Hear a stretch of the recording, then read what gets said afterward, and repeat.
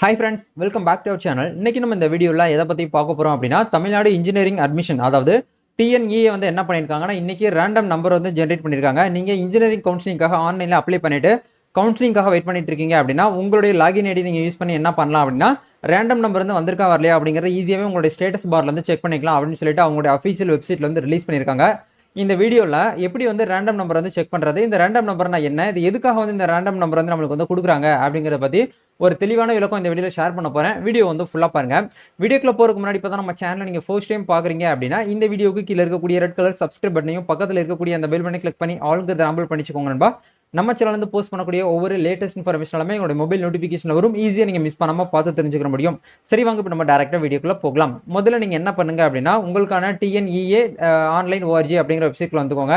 இந்த வெப்சைட்க்கான direct login link டிஸ்கிரிப்ஷன்ல கொடுத்துருக்கேன். அதை கிளிக் பண்ணி உள்ள வந்தீங்கனாலும் உங்களுக்கு இந்த மாதிரி இன்டர்ஃபேஸ் இருக்கும். இந்த இடத்துல டிஎன்இஏ ரெஜிஸ்ட்ரேஷன் இஸ் க்ளோஸ். நேத்தே வந்து பார்த்தீங்கன்னா ரெஜிஸ்ட்ரேஷன் வந்து க்ளோஸ் பண்ணிட்டாங்க.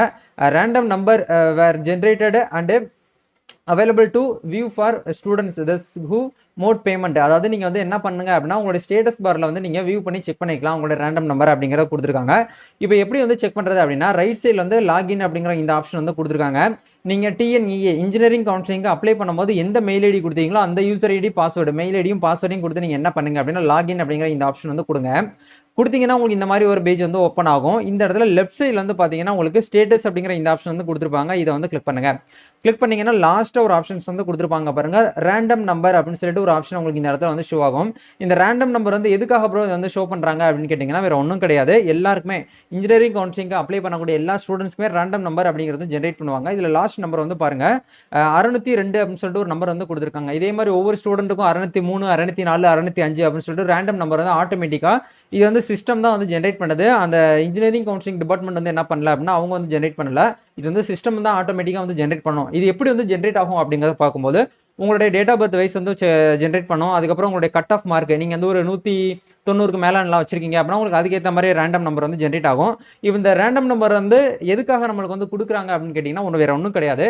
இப்போ எக்ஸாம்பிளுக்கு வந்து நீங்க இன்ஜினியரிங் கவுன்சிலிங் வந்து அப்ளை பண்ணிருக்கீங்க. இப்போ நீங்க வந்து கம்ப்யூட்டர் சயின்ஸ் இன்ஜினியரிங்காக நீங்க வந்து கம்ப்யூட்டருக்காக நீங்க வந்து அப்ளை பண்ணிருக்கீங்கன்னு வச்சுக்கோங்களேன். அதே மாதிரி அதே கட் ஆஃப்ல இருக்கக்கூடிய ஸ்டூடெண்ட்ஸ் வந்து என்ன பண்ணுவாங்கன்னா, ஒரு சீட்டுக்கு வந்து நிறைய பேர் வந்து அப்ளை பண்ணிருப்பாங்க. அப்படி ஒரு சீட்டுக்கு வந்து பாத்தீங்கன்னா நிறைய ஸ்டூடெண்ட்ஸ் வந்து அப்ளை பண்றதுனால யூனிவர்சிட்டி சைட்ல அவங்க என்ன பண்ண முடியாது அப்படின்னா, சரியான ஒரு பீப்புளுக்கு வந்து என்ன பண்ண முடியாதுன்னா சீட் வந்து கொடுக்க முடியாது. அப்படிங்கிறதுனால இந்த ரேண்டம் நம்பர் மூலியமா என்ன பண்ணுவாங்கன்னா சீட் வந்து அலாட் பண்ணுவாங்க. அது எப்படி வந்து அலாட் ஆகும் அப்படின்னா, டேட் ஆஃப் பர்த் வந்து முன்னாடி இருக்கக்கூடியவங்களுக்கு வந்து சீட் வந்து அலாட் ஆகும். அதுக்கப்புறம் வந்து கட் ஆஃப் மந்த் மார்க் வந்து ஒரே ஸ்டூடெண்ட்ஸ் வந்து 180 மார்க் இருக்காங்க அப்படின்னா, ஒரு 5 பேர் வந்து 180 மார்க் கட் ஆஃப்ல இருப்பாங்க. அப்ப அந்த 5 பேருக்குமே சீட் வந்து கொடுத்துட மாட்டாங்க. அதுக்கப்புறம் அவங்களுடைய கம்யூனிட்டி வச்சு பார்ப்பாங்க, அவங்களுடைய கட் ஆஃப் வச்சு பார்ப்பாங்க. இது எல்லாமே கரெக்டா இருக்கு அப்படிங்கிற பட்சத்தில் இந்த ரேண்டம் நம்பர் வந்து 602 அப்படின்னா 602ல இருக்கக்கூடியவங்களுக்கு தான் சீட் வந்து கிடைக்கும். 608வது ஒரு நம்பர் இருக்காங்க அப்படின்னா அவங்களுக்கு என்ன ஆகும் அப்படின்னா, ரேண்டம்ல வந்து அடுத்த கட்டத்துல தான் உங்களுக்கு வந்து சீட் வந்து கிடைக்கும். ஃபர்ஸ்ட் ரவுண்ட்லயே உங்களுக்கு வந்து சீட் வேணும் அப்படின்னா, நீங்க இந்த மாதிரி ரேண்டம் நம்பருங்கிறது வந்து உங்களுக்கு கொஞ்சம் முன்னாடி இருந்துச்சு அப்படின்னா ஈஸியாவே உங்களுக்கு வந்து சீட் வந்து கிடைச்சிரும் அப்படிங்கறதுக்கான ஒரு கான்செப்ட் தான் வந்து ரேண்டம் நம்பர் வந்து ஆட்டோமேட்டிக்கா உங்களுக்கு வந்து ஜென்ரேட் ஆகுது. இது இன்னையில இருந்து வந்து பாத்தீங்கன்னா உங்களுடைய யூசர் ஐடி பாஸ்வேர்டு லாகின் பண்ணி ஸ்டேட்டஸ் பார்ல செக் பண்ணி பார்க்கும்போது ரேண்டம் நம்பர் வந்து ஜென்ரேட் பண்ணிருக்காங்க. இந்த ரேண்டம் நம்பர் வந்துருச்சு அப்படின்னாலே போதும், நீங்க எதுவுமே பயப்பட வேண்டாம். உங்களுக்கு அடுத்த கட்ட நடவடிக்கை என்னவும் அப்படின்னா, ரேங்க் லிஸ்ட் வந்து ரிலீஸ் பண்ணுவாங்க. ரேங்க் லிஸ்ட் வந்து ரிலீஸ் பண்றதுல உங்களோட ரேங்கிங் வந்து எத்தனாவது இடத்துல இருக்கு அப்படிங்கறத உங்களால பாத்துக்க முடியும். ரேங்க் லிஸ்ட் ரிலீஸ் பண்ணதுக்கு அப்புறம் உங்களுக்கு வந்து கவுன்சிலிங் வந்து ஸ்டார்ட் பண்ணுவாங்க. இதெல்லாம் உங்களுக்கு வந்து ப்ராசஸ் வந்து நெக்ஸ்ட் மந்த் உங்களுக்கு வந்து இழுத்துக்கிட்டே போவாங்க. இப்போ இதுக்கப்புறம் வந்து என்ன பண்றாங்க அப்படின்னா, நாளைக்கு ஜூன் 13ஆம் தேதியில இருந்து ஜூன் 30ஆம் தேதி வரைக்கும் வந்து என்ன ஆப்ஷன்ஸ் வந்து கொடுத்துருக்காங்க அப்படின்னா, அவங்களுடைய டாஸ்க்போர்ட்ல வந்து கொடுத்துருக்காங்க பாருங்க.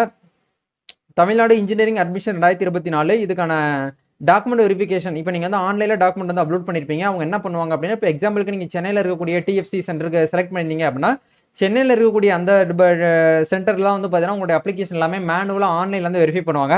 சப்போஸ் நீங்க அப்லோட் பண்ணல ஏதாச்சும் வந்து தப்பு பண்ணிருந்தீங்கன்னா உங்களுக்கு வந்து ரிக்வெஸ்ட் கொடுப்பாங்க. இந்த மாதிரி நீங்க வந்து பெண்டிங்ல இருக்கு உங்க வந்து நீங்க மறுபடியும் வந்து ரீ அப்லோட் பண்ணுங்க அப்படிங்கிற மாதிரி ஒரு ஆப்ஷன்ஸ் வந்து உங்களுக்கு வந்து கொடுப்பாங்க. அதை வச்சு நீங்க என்ன பண்ணிக்கலாம் அப்படின்னா வந்து டாக்குமெண்ட்ஸ் வந்து அப்லோட் பண்ணிக்கலாம்.